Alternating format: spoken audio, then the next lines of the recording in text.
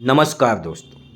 मुंशी प्रेमचंद्र का गोदान केवल एक उपन्यास नहीं बल्कि हमारे भारत के कृषक जीवन का जीता जागता आईना है। तो आज से मैं अपनी इस गोदान की श्रृंखला में इस पूरे उपन्यास को आपके सामने रखने जा रहा हूँ। आपका स्नेह अपेक्षित है। भाग 1। होरी राम ने 2 बैलों को सानी पानी देकर अपनी स्त्री धनिया से कहा, गोबर को ऊक गोड़ने भेज देना, मैं ना जाने कब लौटूं, जरा मेरी लाठी तो दे दो। धनिया के दोनों हाथ गोबर से भरे थे, उपले पात कर आई थी। बोली, अरे कुछ रसपानी कर लो, ऐसी जल्दी क्या है?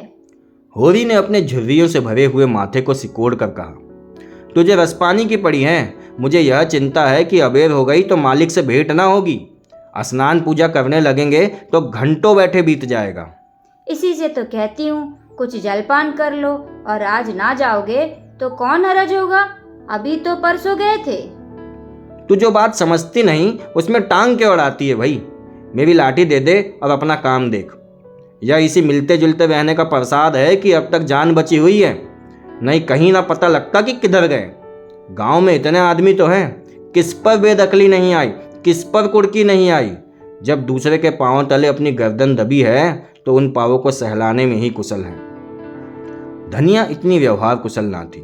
उसका विचार था कि हमने जमींदार के खेत जोते हैं तो वह अपना लगान ही तो लेगा, अब उसकी खुशामद क्यों करें, उसके तलवे क्यों चहलाएं।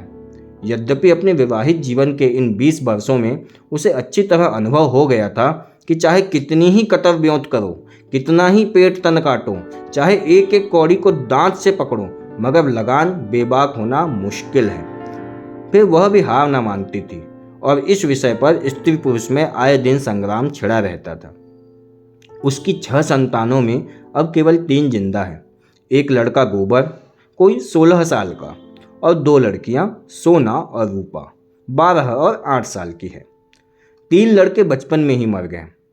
उसका मन आज भी कहता था अगर उनकी दवा दारू हुई होती तो वे बच जाते, पर वह एक ढेले की दवा भी मंगवा न सकी थी। उसकी ही उम्र भी अभी क्या थी, 36वां ही तो साल था, पर सारे बाल पक गए थे, चेहरे पर झुर्रियाँ पड़ गई थी, सारी देह ढल गई थी। वह सुंदर गेहुआ रंग सावला सावला सा हो गया था और आंखों में भी कम सूझने लगा था। पेट की चिंता ही के कारण तो कभी तो जीवन का सुख ना मिला। इस चिरस्थायी जीर्णावस्था में उसके आत्मसम्मान को उदासीनता का रूप दे दिया था। जिस गृहस्थी में पेट की रोटियां भी ना मिले उसके लिए इतनी खुशामद क्यों? इस परिस्थिति में उसका मन बराबर विद्रोह किया करता था और 2-4 घुड़कियां खा लेने पर ही उसे यथार्थ का ज्ञान होता था। उसने परास्त होकर होरी की लाठी, मिर्जई, जूते, पगड़ी और तमाकू का बटुआ लाकर सामने पटक दिए। होरी ने उसकी ओर आंखें तरेर कर कहा, अरे क्या ससुराल जाना है जो 5 पोशाक ले आई है? ससुराल में भी तो जवान साली सलहज नहीं बैठी है जिसे जा करके दिखाऊं। होरी के गहरे सावले पिचके हुए चेहरे पर मुस्कुराहट की मृदुता झलक पड़ी। धनिया ने लजाते हुए कहा, ऐसे ही तो बड़े सजीले जवान हो कि साली सरहज तुम्हें देखकर रीझ जाएंगी। होरी फटी हुई मिर्जई को बड़ी सावधानी से तह करके खाट पर रखते हुए कहा, तो तू क्या समझती है मैं बूढ़ा हो गया? अभी 40 भी नहीं हुए और मर्द 60 पर पाटे होते हैं। अरे अरे, जाकर शीशे में मुंह देखो, तुम जैसे मर्द 60 पर पाठे नहीं होते। दूध घी अंजन लगाने तक को तो मिलता नहीं, पाठे होंगे। तुम्हारी दशा देखकर तो मैं भी सूखी जाती हूँ कि भगवान यह बुढ़ापा कैसे कटेगा, किसके द्वार पर भीख मांगेंगे। होरी की वह क्षणिक मृदुता यथार्थ की इस आंच में जैसे झुलस गई। लकड़ी संभालता हुआ बोला, 60 पर पहुंचने की नौबत ना आने पाएगी धनिया, इसके पहले ही चल देंगे। धनिया ने तिरस्कार किया, अच्छा रहने दो, मत अशुभ मुंह से निकालो। तुमसे कोई अच्छी बात भी कहे तो कोसने लगते हो। होरी कंधे पर लाठी रखकर घर से निकला तो धनिया द्वार पर खड़ी उसे देर तक देखती रही। उसके इन निराशा भरे शब्दों ने धनिया के चोट खाए हुए हृदय में आत्मकंपन सा डाल दिया था। वह जैसे अपने नारित्व के संपूर्ण तप और व्रत से अपने पति को अभय दान दे रही थी। उसके अंतःकरण से जैसे आशीर्वादों का व्यूह सा निकलकर होरी को अपने अंदर छिपाए लेता था।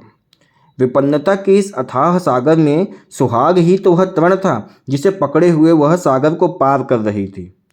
इन असंगत शब्दों ने यथार्थ के निकट होने पर भी मानो झटका देकर उसके हाथ से वह तिनके का सहारा छीन लेना चाहा, बल्कि यथार्थ के निकट होने का कारण ही उनमें इतनी वेदना शक्ति आ गई थी। भला काना कहने से काने को जो दुख होता है वह क्या दो आंख वाले आदमी को हो सकता है? होरी कदम बढ़ाए चला जाता था। पगडंडी के दोनों ओर ऊख के पौधों की लहराती हुई हरियाली देखकर उसने मन में कहा, भगवान कहीं गौ से बरखा कर दे और डांडी सुभीते से रहे तो एक गाय जरूर लेगा। देसी गाय न दूध दे न उनके बछड़े ही काम के हो। बहुत हुआ तो तेली के कोलू में चले। नहीं, वह पछाई गाय लेगा, उसकी खूब सेवा करेगा। कुछ नहीं तो 4-5 सेर दूध होगा। गोबर दूध के लिए तरस तरस कर रह जाता है। इस उम्र में न खाया पिया तो फिर कब खाएगा? साल भर भी दूध पी ले तो देखने लायक हो जाए। बछड़े भी अच्छे बैल निकलेंगे। 200 से कम की गोई ना होगी। फिर गऊ से ही द्वार की शोभा है। सवेरे सवेरे गऊ के दर्शन हो जाए तो क्या कहना। न जाने कब यह साध पूरी होगी, कब वह शुभ दिन आएगा। हर एक गृहस्थ की भांति होरी के मन में भी गऊ की लालसा चिरकाल से संचित चली आती थी। यही उसके जीवन का एक सबसे बड़ा स्वप्न, सबसे बड़ी साध थी। बैंक सूद से चयन करने या जमीन खरीदने या महल बनवाने की विशाल आकांक्षाएं उसके नन्हे से हृदय में कैसे समाती। जेठ का सूर्य आमों के झुरमुट से निकलकर आकाश पर छाई हुई लालिमा को अपने रजत प्रताप से तेज प्रदान करता हुआ ऊपर चढ़ रहा था और हवा में गर्मी आने लगी थी। दोनों ओर खेतों में काम करने वाले किसान उसे देखकर राम राम करते और सम्मान भाव से चीलम पीने पर निमंत्रित करते, पर होरी को इतना अवकाश कहाँ था। उसके अंदर बैठी हुई सम्मान लालसा ऐसा आदर पाकर उसके सूखे मुख पर गर्व की झलक पैदा कर रही थी।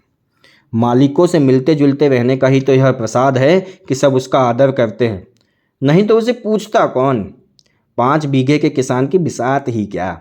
यह कम आदर नहीं कि 3-3 4-4 हलवाले महतो भी उसके सामने सिर झुकाते हैं। अब वह खेतों के बीच की पगडंडी छोड़कर एक खलेटी में आ गया था, जहां बरसात में पानी भर जाने के कारण करी रहती थी और जेठ में कुछ हरियाली नजर आती थी।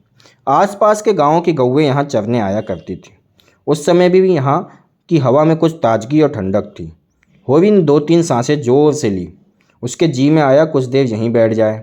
दिन भर तो लू लपट में मरना है ही। कई किसान इस गड्ढे पर पट्टा लिखाने को तैयार थे, अच्छी रकम देते थे, पर ईश्वर भला करे राय साहब का कि उन्होंने साफ कह दिया कि यह ज़मीन जानवरों की चराई के लिए छोड़ दी गई है और किसी दाम पर उठाई न जाएगी।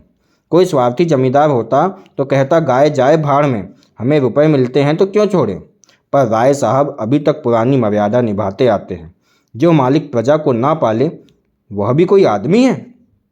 तो दोस्तों, अभी तक आपने देखा कि एक होरी राम नाम का किसान है जिसकी पत्नी धनिया है एवं 3 बच्चे गोबर, रूपा व सोना है।